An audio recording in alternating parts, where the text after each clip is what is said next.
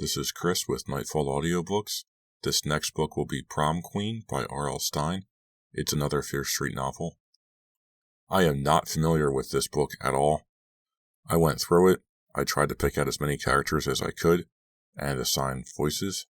There seem to be a lot of characters, like 10 plus characters in this novel. If you've been following me for a little while, you know that I can only do 6 or 7 voices. I'm not a trained voice actor, I'm just a guy that does this in his spare time. And 10 or more voices is way, way beyond my vocal range. I just can't dial it in. I hope I do this book justice. So let's give this a shot. If you want to get in touch with me, you can write me an email, nightfallaudiobooks@gmail.com. I'm on YouTube, Nightfall Audiobooks. Leave me a like, comment, subscribe. Tell your friends, tell your mom, tell whoever you might think would like to listen to me read them R.L. Stine books. Thank you very much for listening, and I will see you at the end. Welcome to a Nightfall Audiobooks production of The Prom Queen by R.L. Stine, a Fear Street novel, Book 15. Chapter 1. We couldn't stop talking about the killer. We tried to shut him out of our minds. But then one of us would remember and say something, and the talk would start all over again. We were all nervous. Not that any of us admitted it. No, we acted like it was all some big joke. But we were nervous, believe me, because the murder took place so nearby. Because the victim was a girl our age, a girl just like us. Look at it this way, Dawn was saying as she buttoned up her white silk blouse. At least the girl won't have to worry about finding a date for the prom. You're disgusting, I told her. For sure, Rachel agreed. It was after my gym class on Tuesday. The locker room was crowded with girls all trying to get dressed in a hurry for the prom assembly. The hot and steamy air was filled with shrieks and laughter. I put my left foot up on the wooden bench between Dawn and Rachel, who was wriggling into a pair of black denims, and hurriedly tied my sneaker. Did you see the thing on the morning news? I asked them. Rachel shook her head. Dawn answered, About the murder? Yeah, they showed the police tramping around in the Fear Street woods searching for clues. And they showed the muddy ravine where the hiker had found the body. Finally, they showed the girl zipped up in a blue body bag. Yuck, Dawn gagged.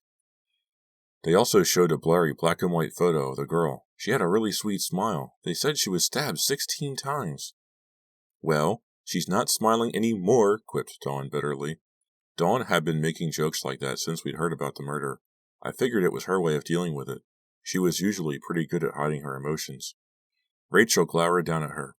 I just don't think that's funny. Lighten up, Dawn replied sharply. It's not like it was your sister or something. It's some girl nobody knows.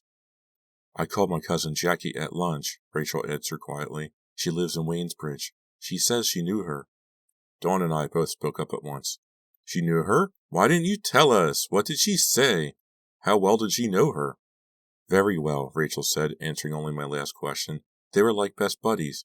Jackie was all broken up, a total mess. Rachel had been brushing her straight red hair in long, hard strokes, but abruptly stopped. Her face became pale. I can't believe this really happened right here in Shadyside. I mean, it's so horrible. Does your cousin Jackie have any idea who might have done it? Dawn asked. Rachel shook her head. No. She says Stacy was just a nice kid who liked everybody. The police talked to Jackie, but she was too upset to think clearly. She couldn't tell them a thing. She dropped her hairbrush into her backpack and zipped it shut. I live on Fear Street, you know, and they found the body only a block from my house. I keep thinking it could have been me. I could have been the one they found. Well, it couldn't have been me, insisted Dawn as she finished applying her lip gloss. With all the weird stuff that goes on there, I wouldn't be caught dead in the Fear Street woods? She realized what she had said and burst out laughing. Yeah? I said, well, this morning they interviewed this cop on TV. And he said that the murderer must have staked out Stacy's house. He thinks this psycho waited until she was all alone, and then... I looked up and paused just to tease my friends. And then? Dawn demanded. He murdered her in her bedroom. Dawn's mouth fell open in a frightened little O. I've always hated being alone in my house, she confided. Somehow, I don't think this is going to help you get over your problem, I told her. Dawn stared blankly at me for a moment. Just a moment. Then she shrieked, clutched her head, and continued to yell at the top of her lungs. Her fake outburst earned her a chorus of laughter from the girls who were left in the locker room. On the other side of the room, Sherry Paulson held up an imaginary knife and started stabbing the air to make that weird sound from Psycho. You know the sound, the one they play whenever Anthony Perkins is stabbing somebody. Ee, ee, ee. Then Sherry marched around the locker room like a crazed zombie, pretending to stab everyone in sight. There was a lot of screaming. It wasn't really funny, but we laughed anyway. I mean, how should someone react when something horrible happens so close to home? Maybe kidding around like that helps. I don't know. The girl at the end of our row slammed her locker doors shut and hurried out. Dawn jumped at the sound, as if someone had fired a gun. Okay, she said. We've got to stop talking about this. I'm starting to freak out. Then I guess you don't want to hear the worst thing, I said. Dawn and Rachel both groaned. Worse than being stabbed 16 times? Dawn asked. What happened? She was run over by a truck? I thought you didn't want to know anymore, I said. What? She begged. I continued. The police said this killing is just like the killing of that girl in Durham last week. Durham was about an hour's drive from Shadyside, but right then it didn't seem very far at all. So, Dawn said, what does that mean? Well, I said, it means there's a good chance that this is the work of a serial killer. A serial killer? Murmured Rachel.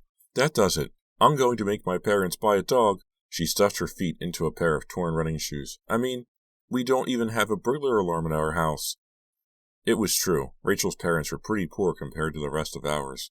I doubted that they could swing for an alarm system, even with a serial killer on the loose. The bell for next period jangled loudly. There was a groan from the few girls still left in the locker room. Come on, you two, Dawn said. Hurry up! She stood admiring her face in the mirror and made several sexy faces. I know what we should talk about instead of the murderer, she said. Who should I go to prom with? She proceeded to name 4 of the most popular guys at Shadyside High. They all asked you? Exclaimed Rachel, astonished. Already? I chimed in. The prom is still 5 weeks away.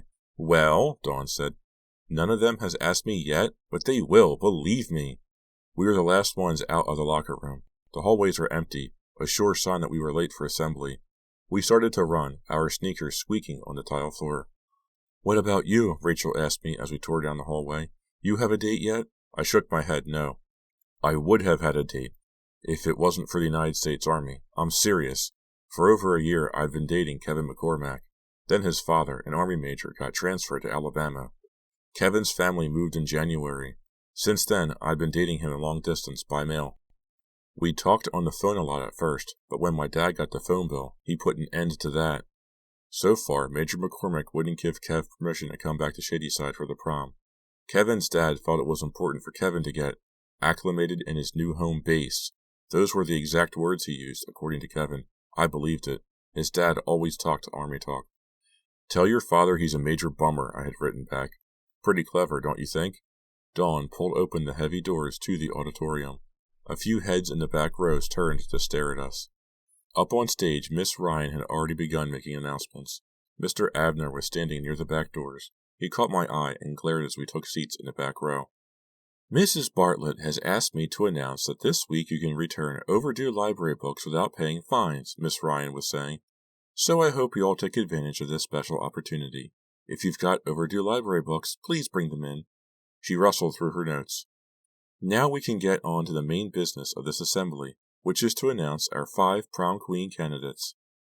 This news was greeted with applause and a few catcalls from some of the guys. Miss Ryan stared out over the microphone until she had silence. Then she turned toward her principal, who was waiting a few steps behind her. Mr. Sewall? Mr. Sewall was short, pudgy, and bald. He looked kind of like a character from Sesame Street, so we nicknamed him the Muppet. He stepped up to the mic, holding a white index card in his hand. All at once I felt a rush of excitement. I knew it was uncool of me, but I was really into the prom. A lot of my friends were. We seniors were the only ones allowed to vote. I had voted for Rachel. Rachel wasn't the most popular girl in the class or anything, but that was mainly because she was so shy. Well, I guess it was also because she had a bitter streak in her about being poor and all. But once you got to know her, she was really sweet and a good friend. Maybe being elected prom queen would help her out of her shell. Not much of a chance of her winning, though. Before we begin, the Muppet said, I'd like to say a few words about the tragedy that occurred in the Shadyside area yesterday. Rachel and I exchanged glances. Dawn put her finger in her mouth and mind gagging. I hope, began Mr. Sewall, we all hope, that the police catch this killer as soon as possible. In the meantime, I don't want anyone to panic. I do think that all girls should be especially careful for a while. Great way to keep from panicking, whispered Dawn. Okay, the principal continued. Now, on with the show. He chuckled as if he had told the greatest joke in the world. The votes are in, he waved the card. As you know, the top 5 vote-getters become nominees for prom queen. What I'd like to do is read off the names of the 5 winners and ask them to come forward and join me on the stage. I'm going to do this alphabetically. He smiled, glanced down at his card, then looked back up, letting the suspense build. Then finally he said, Elizabeth McVeigh. For a moment I had absolutely no reaction. I didn't recognize my own name. Dawn started slapping me on the back and yelling, Way to go, Lizzie! I nearly tripped on my way up the aisle, and since we had been sitting in the back, I had a long way to go. I felt a little dizzy. When I got on stage, Mr. Seawall shook my hand. I wish I'd remembered the assembly that day. I was wearing a pretty ratty pair of jeans, and my dad's old blue cotton work shirt. My long, curly hair was still wet from the locker room shower. My hair is light brown at best, honey brown my mom always calls it, but when it's wet, it's just plain brown. I brushed my wispy bangs out of my eyes. They fell right back down. The Muppet leaned back over the mic and said, Our second prom queen nominee is Simone Perry. There was a big burst of applause. Simone stood up and started sidestepping between rows toward the aisle. Simone was dressed in her flashiest outfit, a silky black blouse and a leather skirt. I guessed that she'd remembered there was an assembly that day. As she headed toward the stage, she kept tossing back her long dark hair with a dramatic shake of her head. Congratulations, I whispered when she took her place next to me. Thanks, she said, whispering back. I wasn't surprised when she forgot to add, you too. I liked Simone, but she had a tendency to forget that the whole world didn't revolve around her. Alana Potter, Mr. Sewell announced next. More applause. Alana stood up with a big smile and walked bouncily up the aisle. She didn't look surprised at all. No wonder. She was one of the most popular girls at Shadyside, as she well knew. 2 more to go. I peered into the back of the hall where Dawn and Rachel were sitting. I knew Dawn must be freaking. She was probably angry that she hadn't been announced first, even if Mr. Sewell was going by the alphabet. Dawn Rogers! Dawn gave a whoop and clapped her hands. She wasn't the only one clapping. In fact, she was getting the most applause so far. She pumped her fist in the air as she headed toward the stage. That got another round of applause. It was the gesture she always used after she scored an important point in a tennis match. Dawn was the girls' team captain. And last but not least, Mr. Sewell glanced at the card. Rachel West. Dawn was a hard act to follow. The applause for Rachel was less than thunderous. I did what I could and clapped until my palms hurt. Rachel didn't seem to mind that she didn't get the most applause. She was smiling and blushing almost the color of her red hair as she joined me on stage. Now, as you all know, the prom is fast approaching. Just 5 weeks away, the Muppet continued. Dawn clapped her hands and enthusiastically cried, All right! But what you seniors don't know, said the Muppet, is that, as a special treat, I've been able to rent the newly refurbished Halsey Manor house. He waited for applause.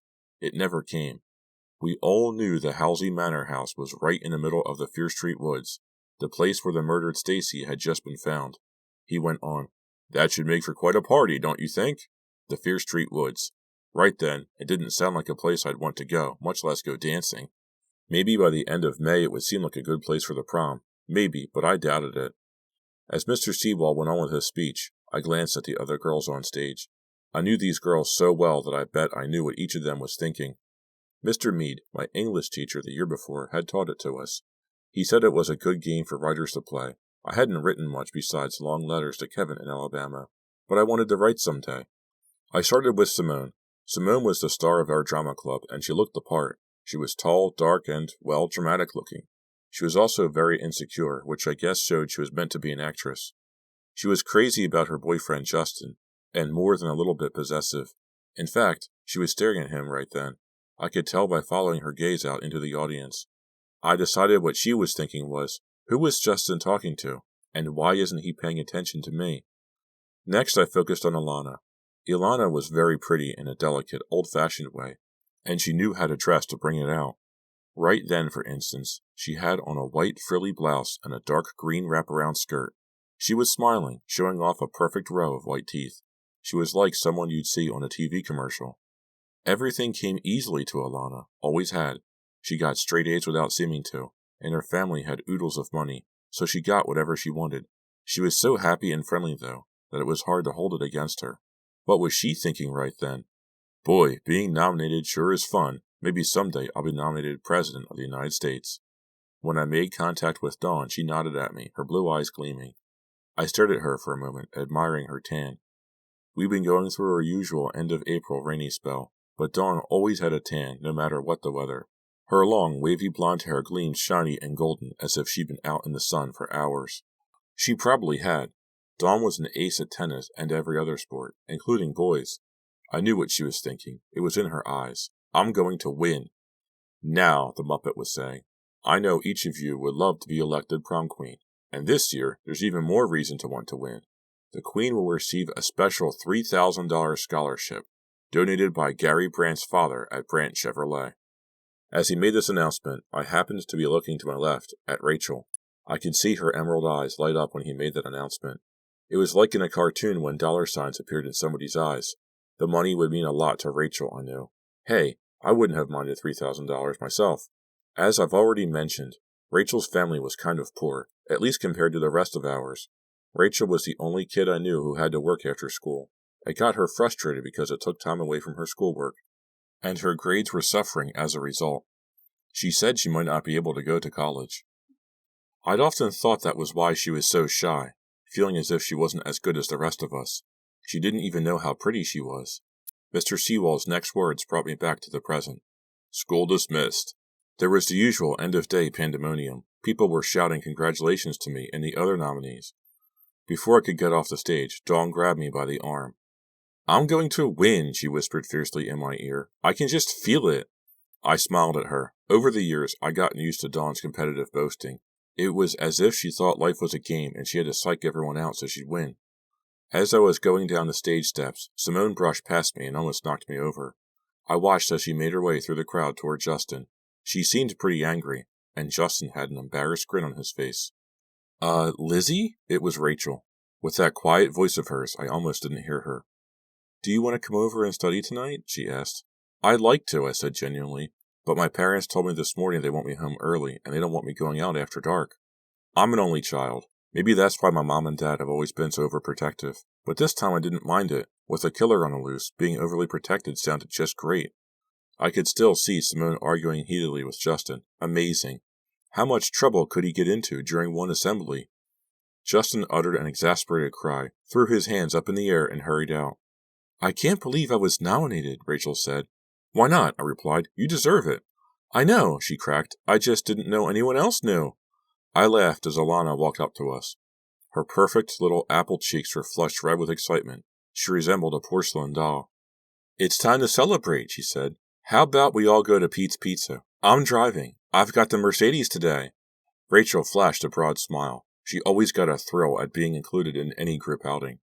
Way to go, Alana, Brad Coleman said, clapping her on the back as he hurried past. Anything for a chance to touch her, I thought. Smiling a perfect smile, Alana called back her thanks. She tossed her short blonde hair. Simone! Simone was about 20 yards away, an unhappy scowl on her face. I can't believe it, she grumbled, walking over to us. During the assembly, I saw Justin coming on to Meg Dalton. If he goes out with her behind my back, I'll kill him. It's funny. That silly threat was the first thing that flashed through my mind 2 days later when we learned that Simone had disappeared. Chapter 2. This is so cool, Alana yelled over the noise of the car radio, which was cranked up all the way. I mean, trying to guess which one of us will be prom queen. We had all piled into Alana's parents' silver Mercedes and were headed for Pete's Pizza. I was in the back seat between Rachel and Simone. Dawn was in the front, changing the radio stations non-stop. Dawn, turn that down, screeched Simone, staring into a green folder in her lap. I'm trying to learn my lines. For the drama club's spring production, Robbie Barron was directing The Sound of Music. The show would be performed on the Friday night of prom weekend to kick off her spring festival. Simone was playing Maria von Trapp, of course. She always was the star, even though she didn't make a very convincing nun. Dawn clicked off the radio and said, You're right, Alana. One of us is going to be prom queen, but I'm the only one who knows who. Me. Simone leaned forward. You'll win for humility, that's for sure, she said sarcastically. If I wanted to win a humility contest, I could win it, Dawn said. No one can beat me at anything. I glanced at Rachel, and she rolled her eyes. Ilana pulled into the Division Street Mall and glided into a parking space near the restaurant. Lock up, she told us, hopping out. Sure, muttered Rachel as she got out of the car. We wouldn't want the car to be stolen. It'd be at least a day before her dad could buy her another one. I laughed quietly. I didn't know how else to react to Rachel's bitterness. I had to admit I was feeling good, really happy. But then Rachel brought up the murder again. The restaurant was packed. We had trouble finding a table for 5. When we found one, way in the back, it took hours for a waitress to appear to take our order. The pizza had finally arrived, and we were grabbing for slices when Rachel said, "What if the mayor gives us an early curfew because of the killer?" Everyone groaned. Seriously, Rachel insisted. What if we can't have the prom because of that dead girl, Stacy? Gee, Rachel, Dawn said, you were criticizing me for not being sensitive. I mean, a girl gets murdered and all you can think about is the prom? Rachel blushed. That's not what I meant, she muttered. I mean, oh, never mind. Simone had a thoughtful expression on her face. I asked her what she was thinking. About my parents, she replied, frowning. Here, I'm the star of this play, and I bet they won't come to see me. She dropped her pizza slice onto her plate. When I tell them about being a prom queen candidate, they won't even say a word. Simone, I chided her, I know they care. They're just busy, that's all. The only thing I keep thinking about is this killer. Isn't there anything we can do to protect ourselves from this psychopath? Elena said, obsessing about the killer. I said, maybe we could all disguise ourselves as guys. Simone immediately took up my idea. She lowered her voice. Hey, there aren't any young high school guys here, Mr. Serial Killer, she growled. You must have the wrong house. She rubbed her nose roughly like a guy would and coughed as if to spit. By then, we were all laughing. Whenever I thought Simone was too self-centered to bother with, she acted funny, and then I forgave her. You know what? Dawn said. I don't think I'm going to sleep so hot tonight either. You'll sleep better than I will, Rachel told her. I'm the one who lives on Fear Street, remember? Just then, 2 hands closed around her neck. Gotcha, a male voice said. It was Gideon Miller, Rachel's boyfriend. Not funny, Rachel cried, but she smiled up at him anyway. Were you girls talking about me? Gideon asked, grinning. No, actually, said Dawn. We were talking about the killer. That's cheerful, Gideon said dryly, rolling his eyes. Hey, is Rachel going to win the $3,000? He asked, and put his hands on her shoulders. What do you care? Rachel asked. If I win, you don't think I'd share it with you, do you? Even you aren't that egotistical. Gideon laughed. Oh, big word, big word. Have you been studying your vocabulary list today? He waved to the guys he was with, who were waiting for him just inside the glass doors. No, I just thought if you won, maybe you'd take me to a movie or something. Maybe, Rachel teased. Gotta go, Gideon said. He gave Rachel's shoulders a squeeze and headed off to join his friends.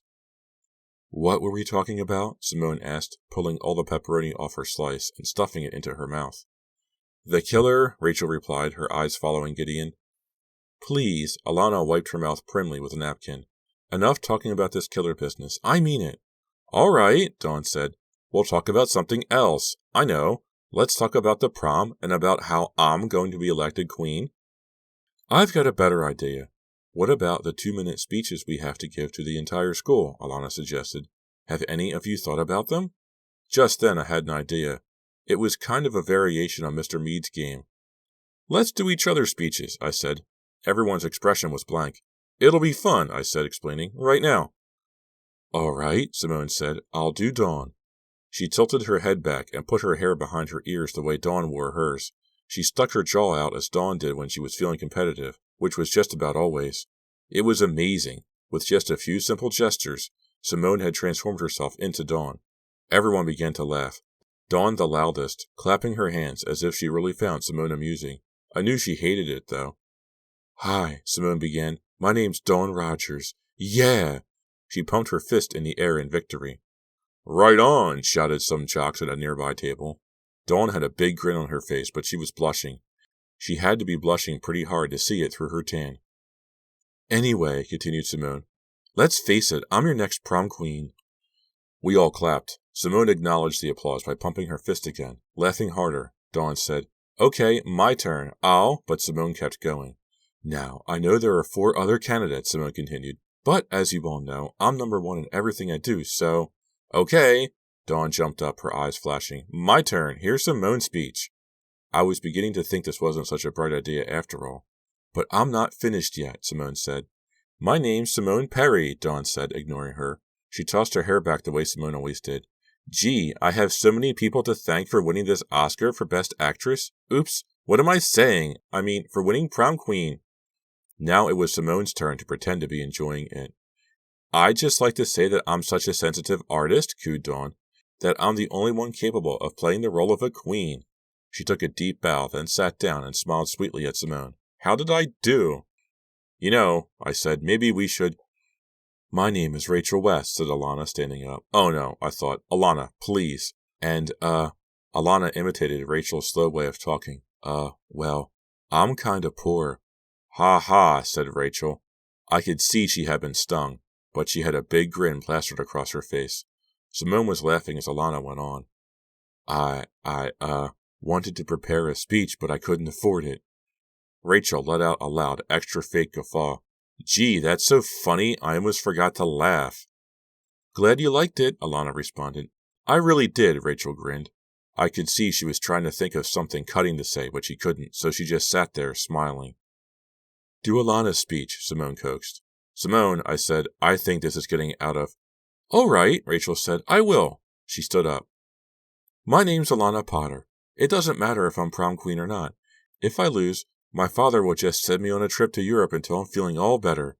She flipped one side of her hair and lolled her head around the way Alana always did. Simone and Dawn were hysterical. Alana's smile was frozen on her face. No, but seriously, if there's anyone here who's thinking of not voting for me, Rachel imitated Alana's flirty laugh. I'll pay you $1,000 to change your mind. Alana clapped loudly. Not bad, she said, but I don't have to buy anyone's vote. If you heard the applause today, you'd know that. Well, you can't buy mine, Rachel shot back, sitting down again. For a long moment, no one said a thing. You could tell that everyone had gone just a little bit too far. Honesty is a good policy, but not too much honesty. Great game, Lizzie, Dawn finally said. Now someone's got to do you. That's okay. Don't do me any favors. No way, Dawn persisted. Everybody plays, right, Simone? But Simone wasn't listening. She was staring past us toward the front window of the restaurant. Simone? I said. Simone's face had gone white. Oh no, she mumbled. She stood up fast, knocking over my Sprite. The soda splashed all over Dawn and me. We both jumped out of our seats at the same time.